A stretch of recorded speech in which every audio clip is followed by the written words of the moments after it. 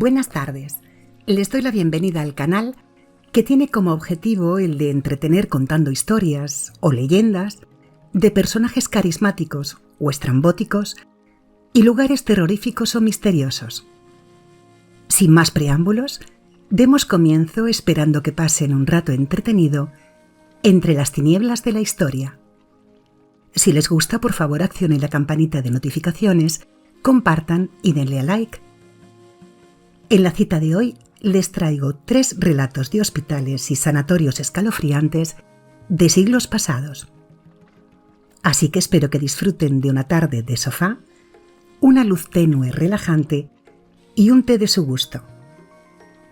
Bienvenidos al Rincón de las Historias. Audiomisterios. En el capítulo de hoy, el Hospital del Tórax, el Sanatorio del Santo Ángel y el Sanatorio de Alfaguara. Hospital del Tórax, actualmente el Parque Audiovisual de Cataluña en Terrassa. En 1952 se construyó el Hospital del Tórax, que tenía 2 salas principales, 9 plantas con un total de 1.500 habitaciones y los sótanos.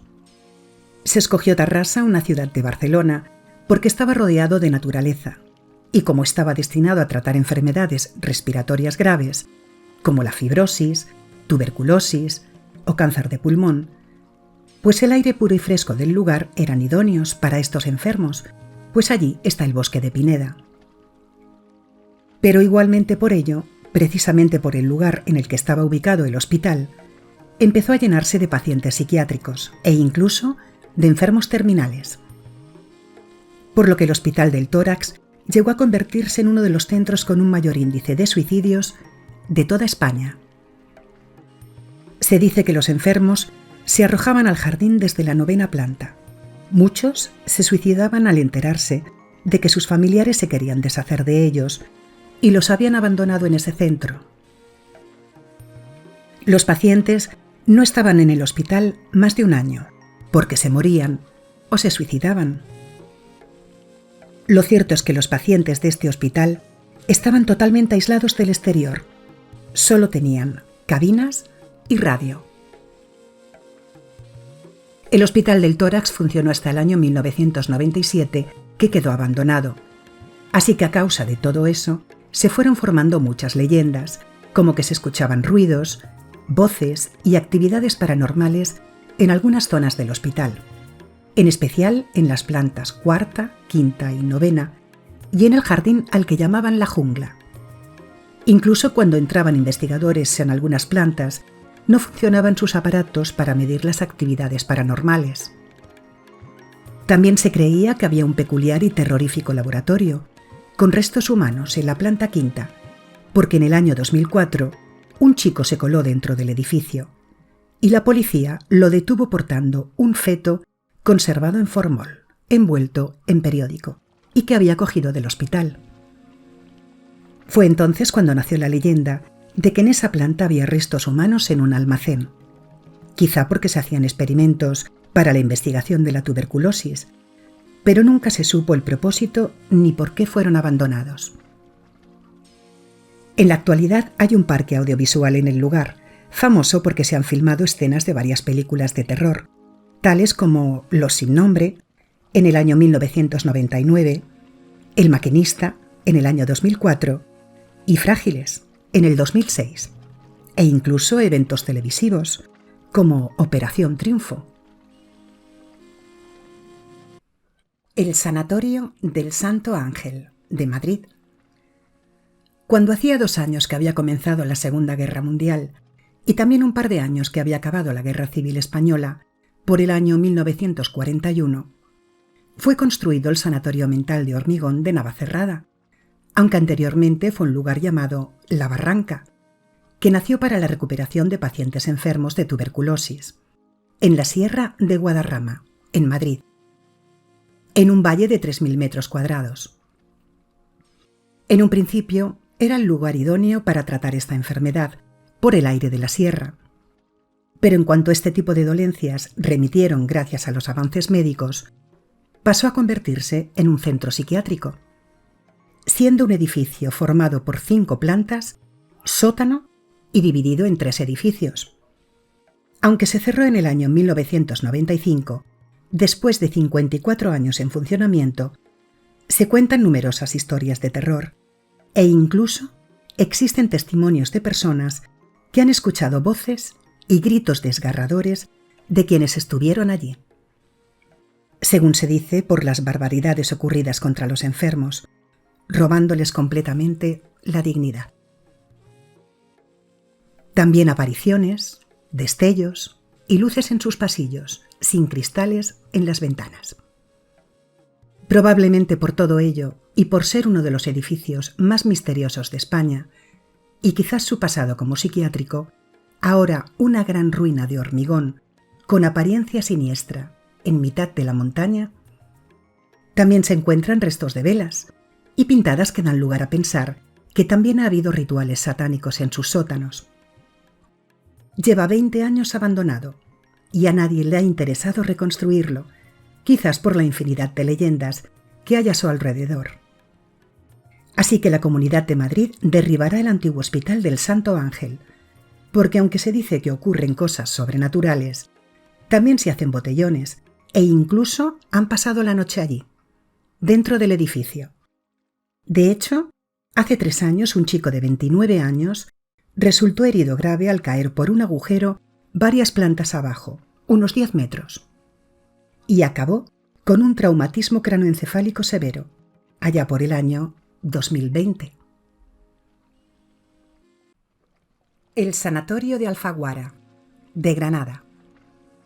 Berta Wilhelmine, una empresaria, pedagoga y filántropa alemana que residía en Granada, nacida en Heilbronn en 1858, fundó una institución para atender a los que más lo necesitaban, llamado Sanatorio Antituberculoso de Alfaguara. Antes de eso construyó una casa en el rincón del Purche, llamada Las Acacias, para atender enfermos de tuberculosis. Llegó a Granada con 12 años de edad, junto a sus padres de clase acomodada y su hermano Luis en 1870, y fundaron una fábrica de papel, primero en el Paseo de la Bomba y después en Pinos Genil. Berta era una mujer adelantada a su tiempo, con afán de aprender, sus viajes y sus ideas progresistas.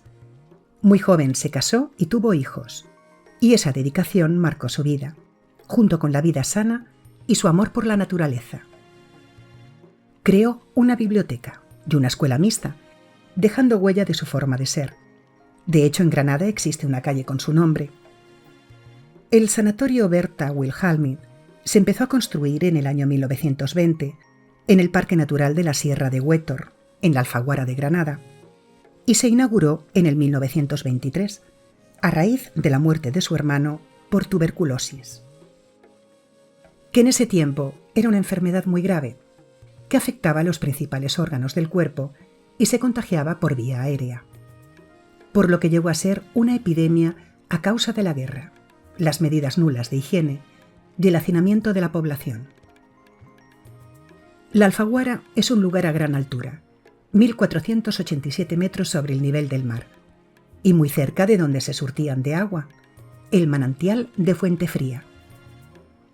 El edificio tenía 2 plantas, con capacidad para 24 enfermos, la mayoría con plazas gratuitas, y equipado con agua corriente, salas de curas, baños, consultas, terraza, galería de reposo, cocinas, pararrayos y calefacción a vapor. Y mobiliario donado por la reina Victoria Eugenia, presidenta de la Cruz Roja. Estuvo dirigido por Berta y constituido por los doctores Alejandro Otero y José Blasco. El sanatorio lo dirigió Berta hasta su fallecimiento, en el año 1934, y se hizo cargo su hija Berta Dávila y su colaboradora, Helen Bickman Alterhoff.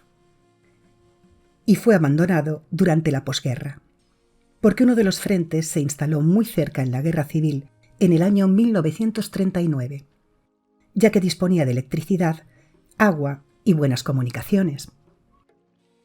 Después de la guerra el edificio se deterioró y como estaba tan aislado surgieron muchas leyendas paranormales, psicofonías aparición de fantasmas, voces y personas que aseguran haber oído y visto cosas del otro mundo. Por ejemplo, la figura de negro, que dicen pudo ser un cura, y psicofonías de frases en latín que dicen «vete, no entres dentro» o «no me molestes más», que dicen podrían provenir de los enfermos o enfermeras que hubo allí. Incluso en unas fotografías de las ruinas de Rafael Reyes se captó la figura de una enfermera vestida de principios de siglo, y también el rostro de una mujer, así como las de la cara de un niño, una figura de negro y un perro. También se llegó a hablar con una de las personas que estuvieron internas en el sanatorio durante varios meses, cuando tenía 17 años, a causa de una pleuritis. Y le llevó a recordar que esas apariciones en su antiguo sanatorio podían referirse a la época en la que él estuvo allí.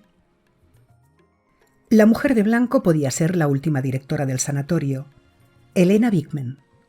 Recordó a los perros, un pastor alemán llamado Kari Carcusa y al otro que llamaban Esparramao, porque había nacido con una atrofia en las patitas de atrás y las arrastraba al moverse. Recordaba al sacerdote, muy alto y vestido de negro, y a la mujer de blanco, que cree que era Helena Bickman, que aunque siempre vestía de negro, se pasaba el día con la bata blanca. Pues la historia tan triste que tenía esa mujer es la que le pudo provocar que no descansara en paz. Helena, también alemana, era amiga de Berta, fundadora del centro. Al estallar la guerra civil, se volvió para Alemania y como empezó la Segunda Guerra Mundial, se volvió para España con la intención de reabrir el sanatorio.